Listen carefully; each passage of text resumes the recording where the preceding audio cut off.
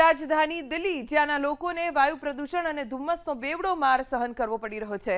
દિલ્હી એનસીઆરના લોકોને હજુ ઝેરી હવાથી કોઈ રાહત નથી મળી. આજે દિલ્હીના અનેક વિસ્તારમાં એર ક્વોલિટી ઇન્ડેક્સ 500ની નજીક પહોંચી જતા લોકોની સ્થિતિ કફોડી બની છે. આનંદ વિહાર, અશોક વિહાર, બાવાના, રોહિણી, વિવેક વિહાર, વજીરપુર જેવા વિસ્તારોમાં ભયંકર પ્રદૂષણ છે. તો આ તરફ રાજધાનીના ઘણા વિસ્તારોમાં ગાઢ ધુમ્મસ છવાઈ જતા સામાન્ય જનજીવન ખોરવાયું. અક્ષરધામ મંદિર પણ ધુમ્મસમાં ઢંકાઈ ગયું. ગાઢ ધુમ્મસના કારણે અનેક ફ્લાઇટ્સ પણ મોડી પડી. प्रदूषण से निजात कैसे मिलेगा और इसी के लिए ग्रैब 4 सरकार की तरफ से लगाया गया है। स्कूल में जो बच्चे पढ़ने वाले हैं उनको हाइब्रिड मोड पर किया गया है। जो सीनियर सिटीजन हैं जिनका जिक्र भी आप कर रही थी, सबसे ज़्यादा जो अस्थमा के पेशेंट हैं उनको ये सलाह दी गई है कि वो ज़रूरत ना हो तो घरों से बाहर ना निकलें, और अगर निकलते हैं तो जैसा भी आपने बताया कि उनको 2 से 3 लेयर का मास्क पहनना पड़ेगा।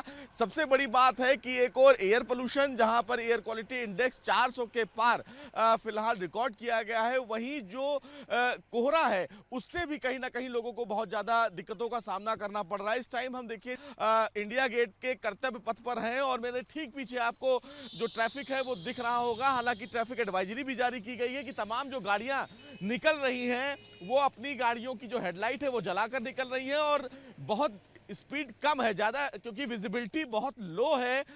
यहाँ से कम 30 मीटर की दूरी पर ही इंडिया गेट है, जो देखिए इस कोहरे की वजह से वो दिखाई ही नहीं पड़ रहा है। तो स्थिति बेहद कहीं ना कहीं खराब है इस कोहरे की वजह से, क्योंकि दिल्ली एनसीआर में कोहरे का जो कहर है, जैसे जैसे मौसम बदल रहा है, कोहरे का जो कहर है वो दिल्ली एनसीआर में लगातार जारी है।